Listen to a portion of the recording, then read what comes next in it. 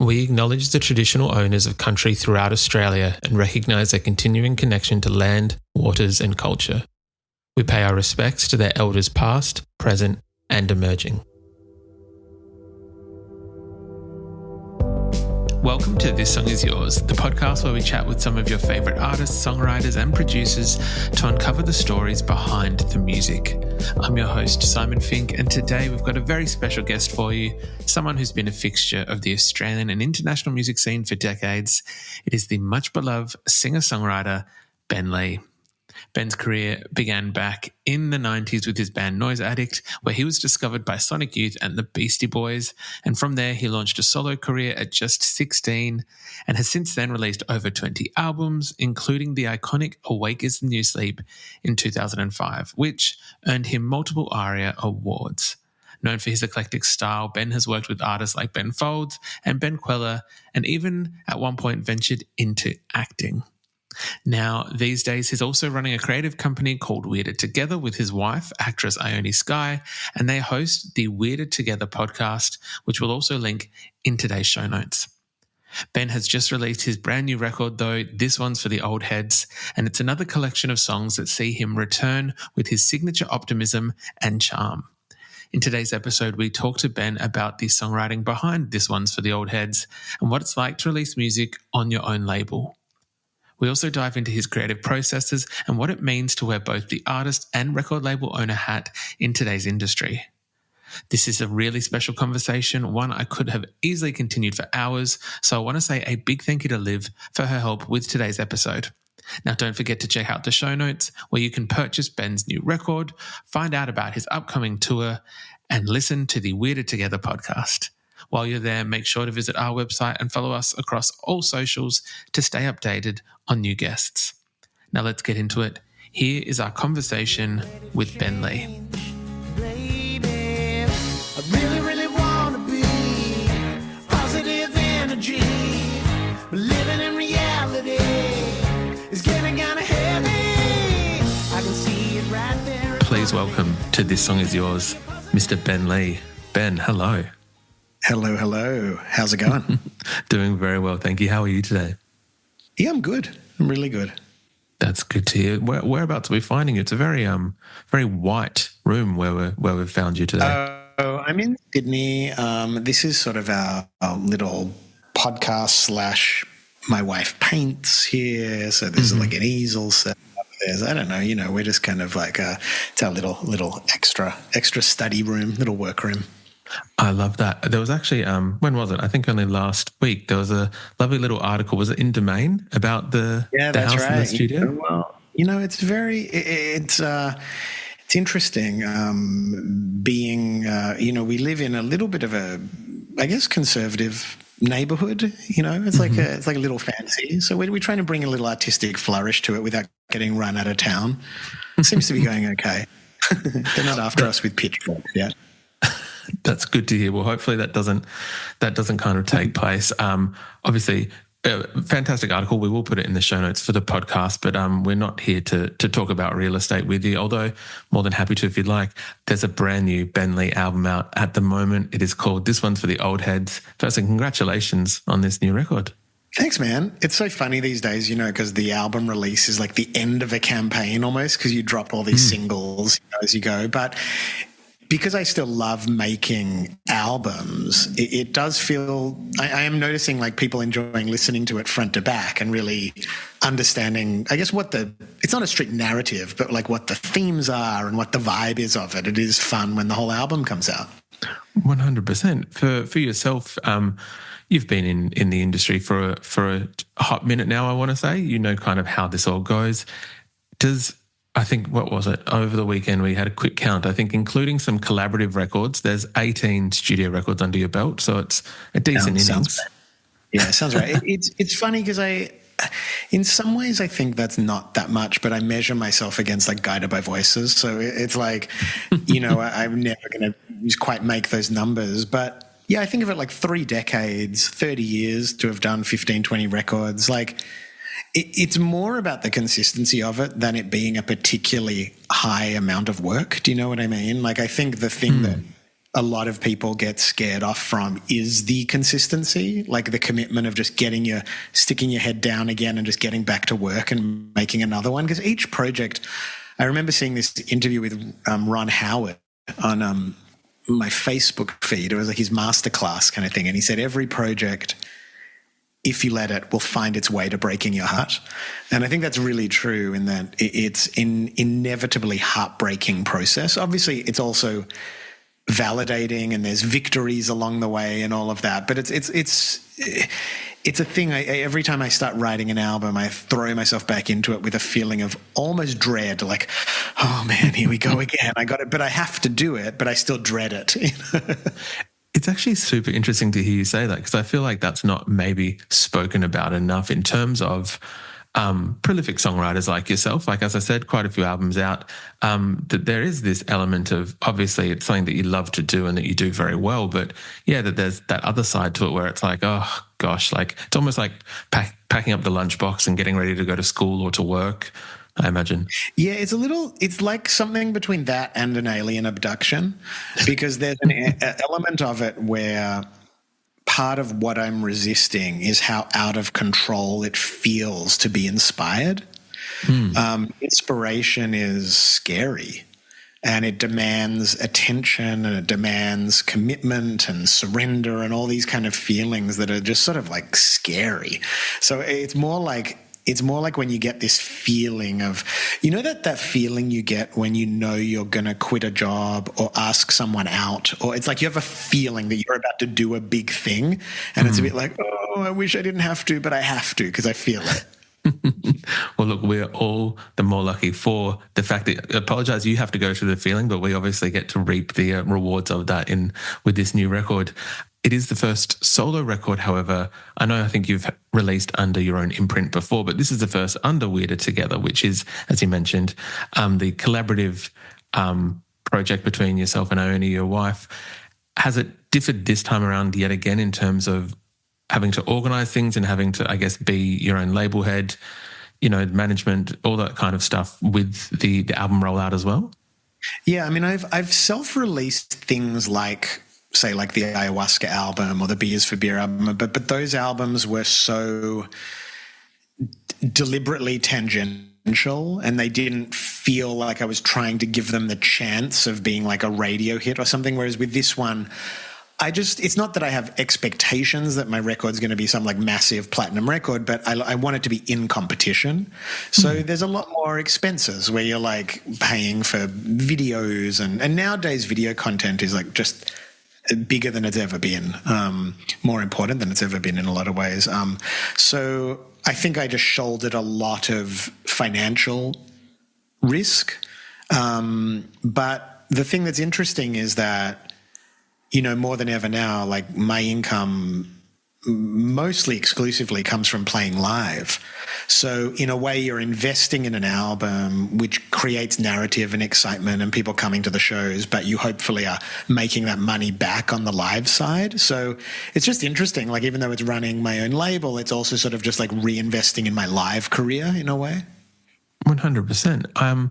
I imagine, and having, I think, I listened to some interviews that you'd previously done in the lead up to today's chat, and also just being aware of your persona and personality. I think obviously you're a beloved musician in Australia for the last 20 to 30 years, but you do seem very well spoken, very well researched.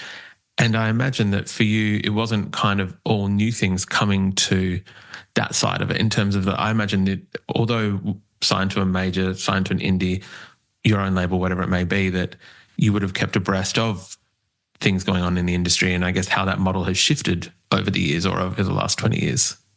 Yeah, I mean, I don't think I would have, if we were back in the age of physical hard copy music, I don't think I would have attempted to put out my own record, because the idea of like organizing 7 inches and mailing things and, you know, essentially we're basically creating a digital basically a free digital piece of media. So it's much more about just like the PR and all that sort of thing. So the industry, I don't know, it's like I obviously watch it closely. I think what's interesting to me is going, well, what bits do I miss about being on a label? Because I'm not opposed to being on someone's label or co-releasing or having it be like we did it together as a license to someone else. But I do want to be clear about what other parts I really want a label there for. And one of them is the financial support. It's like I don't need to make super expensive records or make super expensive videos, but I would like to not have to pay for them myself. And then I do think there are political things and relationship-based things that, let's say, a major label, you know, whether it's Spotify or whether it's certain PR things, like it is still a person-to-person business, and a lot of opportunities do come through personal relationships. So there is something to be said for just working with people that have expertise in whatever area you want, whether that means signing to a label or outsourcing PR or playlisting or, you know, whatever the services are. You need people who can do that. Look, 100% agree. Obviously, it is an exciting thing, though, that it is coming out on Weirder Together. I know that you've previously put out some podcasts under the banner. I know that there's been 1 or 2 releases of music. So excited to see how this grows and flourishes with that. The new record is, I want to say, quintessentially like a Ben Lee record. It is something that you do very well and that I feel that is very unique to your style of music in this hopeful, romantic, optimistic indie pop, indie rock in a way, which I feel like, no one really does it. No one does as consistently as yourself. I know before talking about the dread of starting a new record or like going into that, is there thought of, I guess, the intention of each record when you kind of go into it, when you are starting that process of sitting down and writing, do you know what you're going to kind of cover in that basis? Yeah, I'd say for sure, like by the time I start making the record, I've generally got an idea of where I'm going. I mean, there have been some records like the one I did with Dan the Automator or even Breathing Tornadoes where they were such studio creations that partly I was discovering it in the studio. But for the most part, I go in with an idea. It's often like I look at albums as they're like flare guns, and I shoot it up in the air to attract circumstances, people, and adventures into my life that are going to shape the next chapter of my life. There's something about simplicity, getting back to simplicity, that I'm really feeling, like in the writing of this record, the recording of it. I don't know, it's like the industry has changed, pop culture's changed, and complexity and perfection are both so easy to achieve now. Like complex arrangements, production, it doesn't have the appeal it had to me when you listen to like Van Dyke Parks and you think all this stuff was hand like notated as, you know, a score that take an even more extreme example like Frank Zappa or something, like where the complexity, it was such a huge achievement, you know, even early Björk stuff where you just felt like, wow, the complexity is so amazing. But now I think it's something about the way we interact with technology that I think I didn't quite appreciate, because it came easily to me, the idea of, okay, I write a song on the guitar, I work within a pretty basic framework, like it's a repetitive framework, like I work within basically a verse, chorus, bridge, chorus, and that's the pop song, you know? And there's some variation on that, or there's like folk mediums where you have a refrain or something like that. But because it was simple, it's almost like I doubted it. And I've had a lot of that in my life where I didn't trust things that came easily. And maybe that is sort of like that expression, if you meet the Buddha in the road, kill him. Because there's a part of me that always wants to test things and know if they're pure and real. And I've had to sort of push back against things that have come easily, even just like indie rock. Like the way Sonic Youth and the Beastie Boys and all those bands and like sort of swept me up into their warm, cozy, lo-fi embrace. I think I almost had to like rebel against it and be like, no, I want to be pop, because no one wants to be told what to do, especially when they're 14, 15, 16 years old. You know? But as I've gotten older, I've realized that there's something really profound about not overthinking. I see a lot of my own kind of wasted energy by overthinking. It's just, I don't know, I'm in a new phase now where I'm actually starting to recognize when I'm the one overcomplicating things, and I'm starting to enjoy simplicity in a way that is more shameless. I absolutely love that, though. I think there is almost like a cliche of that for an artist to really have something good, it has to be tortured and complex and, you know, twist and turn, and that sometimes we forget that there is beauty and also some really genius stuff in simplicity as well. And so, yeah, I think it's just wanted to kind of, I guess, add to what you were just saying then. And I think that there's a truth to that you have to earn. I think that idea of the tortured artist is about how, at its core, what that myth tells us is that to the artist, to make something of value, it has to be life and death. You know what I mean? It has to be that important. Like, art that isn't meaningful to the person who's making it, what's the point? You know what I mean? I don't want to watch or listen to someone's hobby. I want to listen to someone's vocation. You know what I mean? So I think, in a way, that is the area where the seriousness or the intensity is really important. But I think in the past I've confused that with angst, which I don't think angst is that important. I think you can actually be in a very a sort of peaceful, patient way allow something quite magical and far-reaching to be created. And I think that's more where I'm at now. Like, when I was younger, I used to be really like, I just want everyone to know what I'm capable of. Like, I want everyone to recognize it. And now I'm just kind of a bit more like, they'll recognize it. You know, it takes time. It takes time. And I feel like in some ways I'm not at my peak of fame at the moment, but I am in a way at my peak of being well regarded, I think, universally. Like, I think people pretty much agree that, like, I'm a good songwriter.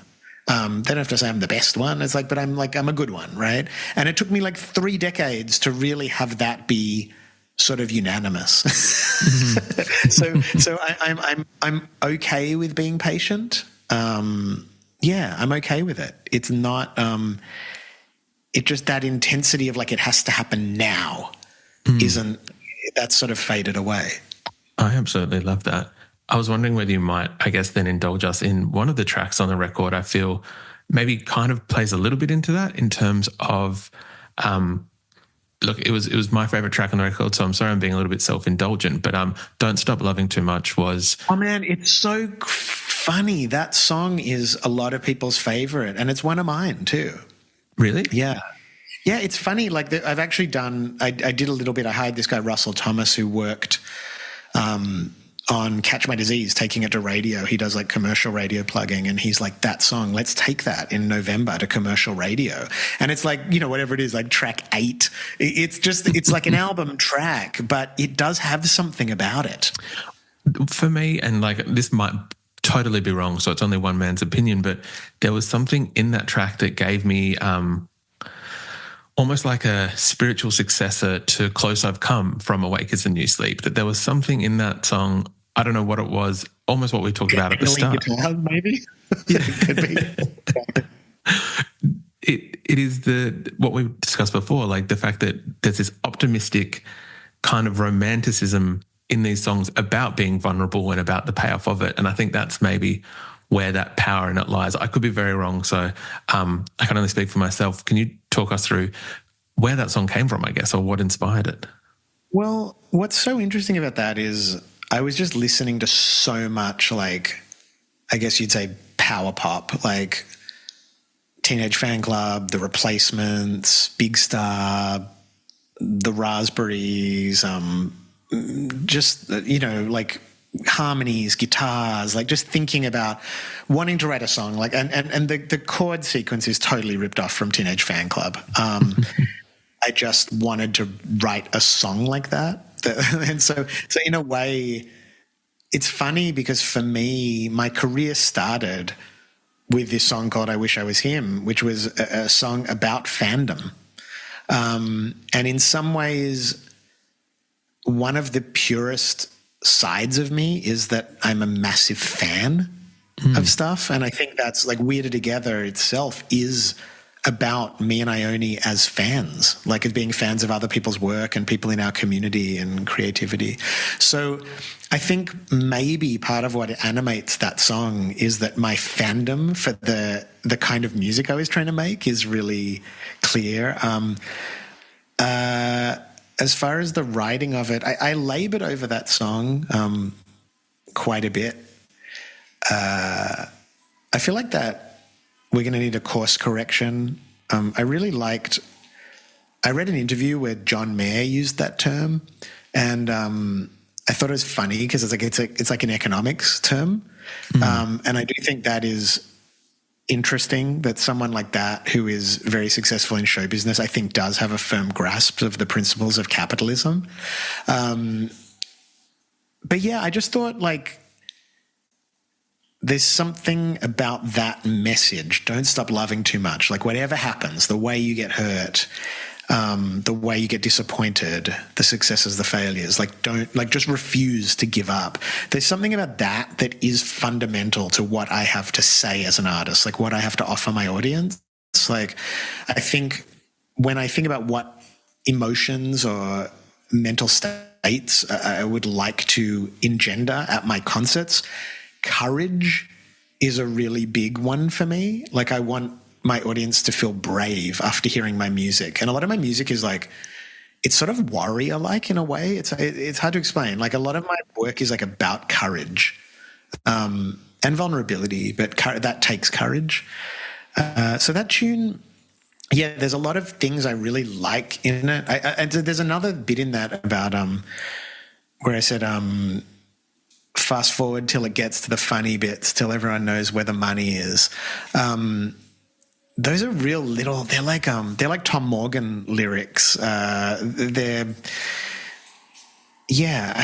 don't know. It just all makes sense, you know. So that song, when I hadn't even finished writing the song, the whole album, I went up to Russell Crowe's in Coffs Harbour and had like a drunken weekend with him and his mates, and he had friends who were like a drummer and a bass player, and he was like, why don't you go in the studio? He's got a great studio, and he was like, why don't you record a song? So I just busted that out, and it was cool, but it needed like a proper rhythm section, you know, not just mates who can play the drums and bass. But it was, I saw the power of that song. People really liked it, and yeah, I don't know. I don't have a ton to say about it. It's got a lot of mystery in it. I mean, a lot of the songs on this album have quite a lot of mystery to me, and I'm always trying to do work that is both clear and like elusive at the same time. You know what I mean? Like I want the principles to be clear, but I want the details to be like mysterious, like to me too. 100%. I think that's where it kind of the magic of that is where it lies, because if it's too specific, then you're almost not preaching, but then you're telling people exactly almost where it is. It allows them to welcome it in their own time and their own interpretation. Yeah, and I think that is sort of what I'm talking about with the patience that's starting to be more, it's like a stronger characteristic in me than it's ever been. Like at the end of that song, the sort of middle eight just before the end is, I say play games where there's no winner. And I think that's sort of more the way I'm seeing my career now, that it's not a game that can be won. If you're playing it to win, you're kind of fundamentally misunderstanding the game. The game, there's a great Timothy Leary and Ram Dass did an interpretation of the Tibetan Book of the Dead when they were both still working at Harvard. This is like before really like the psychedelic 60s like kicked off. And they used a term about one of the insights I think Timothy Leary had about a principle of life. He called it calm and compassionate game playing. And I think about that phrase a lot. And I think about what does it mean to be a calm and compassionate participant in culture, where you're playing the game, and on the surface there are winners and losers and there are successes and failures, but there's something much more profound, and that has been apparent to me as I've met more younger artists that sort of wanted to talk to me about the industry or my experiences or whatever. And I realized that like when I was coming up, all I could think about was the project I was working on. So every song, the song was the thing, or the album was the thing, and everything hinged on the release of that thing and my hopes for its performance and how it would be accepted or rejected, or, you know. And so I was very attached to these albums. Like I feel like I would sort of have mini nervous breakdowns like every time I made an album, because I was just like, it was so important to me. And then what I started realizing was like, yes, okay, so I'll meet a songwriter, you know, I'll meet Amy Shark and she'll be like, oh my God, Cigarettes Will Kill You. When I was growing up, that's like, you know, my favorite song. Or, you know, I'll meet all these younger artists and stuff. But mostly they actually want to talk about the way I did my career, not the specifics of any one song or album. Interesting. And that to me was very revealing, because it was like, it made me think more about like, what is our contribution? Is the contribution the actual thread that you weave into the fabric, or is it the style with which you weave it?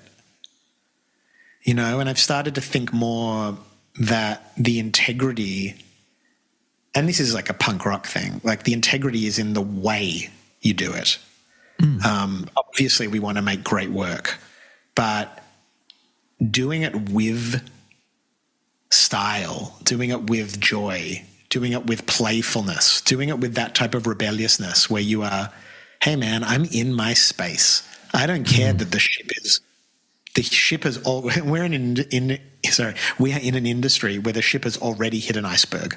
The building is on fire. You know, it's like that's already happened. The integrity is the way we operate within that construct. So that's something I'm thinking a lot more about. That's honestly fascinating. I know we probably don't have time to discuss it in full, but we recently had the lovely Thomas on, who might be better known as All Day, and discussed obviously the fact that sampled Cigarettes. Everyone calls him Tom, but I like calling him Thomas. Yeah, Thomas is kind of a nice way. But yeah, there was a discussion of the impact that your music has had. And I think that for a lot of people who grew up with your music, whichever kind of era or capacity they kind of caught it, I think that there's obviously an influence, not just the songs themselves have had, but the way that you've carried your career and kind of the decisions that you've made, which I think have inspired a lot of people. So I know it's so weird, because I look back and I kind of go like, oh, what a ramshackle collection of decisions that I've seen so many people create better businesses out of less.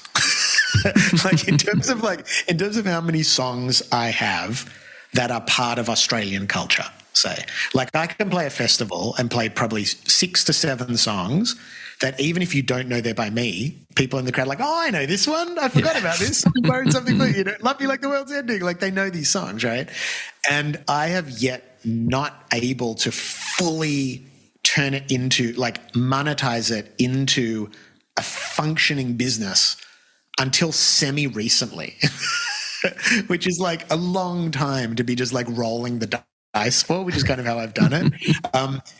So it's funny because in my experience, there's some frustration about how I've just done everything so intuitively. But I think there are lessons about that I often describe it as, if you're going to go into prison, like have someone punch you in the face first, because you'll go in looking tough. And the arts are kind of similar. Like, you need to make some pretty wild decisions in order for people to respect you and not fuck with you. If you go in with the attitude of like you're an artist that can be shaped and molded, people will try and shape you and mold you. If you go in like a lunatic, like I did, with like, no, I'm doing this, no, I'm doing that, no, I'm doing this, like they give you space.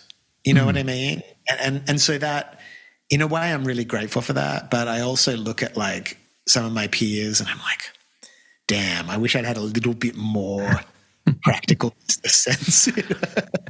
But in the loveliest way, it has led you to today, and I don't mean necessarily this podcast, but it has led you to the new album. So I think there's an element of like, obviously, looking back and kind of thinking of how things could have been, but I'm very glad that we do have the Ben Lee that we do today with this new record. Ben, to wrap things up, usually we'd ask, I guess, what they're currently listening to for yourself. As you mentioned before, you're a very big fan of things. I'm curious, what is currently on high rotation for yourself? Yeah, I am on a hardcore Cleaners from Venus kick at the moment. So he was a songwriter, British songwriter called Martin Newell, and he's done solo work, but he's kind of like the king of DIY home recording from England. You know what I mean? So it's almost like it's got like vibe-wise, it's got like a Daniel Johnston, Guided by Voices, Paul Westerberg, like ramshackle kind of thing, but it's super British. He did a solo album. He did one sort of like, he experimented with doing pop that was a little more kind of maybe mainstream sounding, you know, like he had Andy Partridge from XTC produced one record, I think, called The Greatest Living Englishman, which was clearly, it was so beautiful because it's clearly like someone who'd had hits going, dude, can I just go into the studio with you and try and make a record that's like you, but digestible? So, you know, it's almost like when Guided by Voices did Do the Collapse with Rick Ocasek, you know. But anyway, I'm just like really infatuated with his songwriting and his albums, and he's made like 20 or 30 albums. So I went through Spotify and I pulled just all my favorite songs of each of his records, and I've just got this playlist now of just this beautiful music. I absolutely love that. Well, look, I would definitely have to have a look into that and kind of ingest it in my own way and see what the thoughts are. But Ben, thank you so much for coming onto the podcast. It's been an absolute delight chatting to you. Welcome back anytime, because you obviously do have a love and passion for what you do in your music. But also congrats on this one's for the Old Headz, which is out right now. We'll make sure people can buy it in the show notes. But yeah, thank you again for coming on. Much appreciated, buddy. See ya.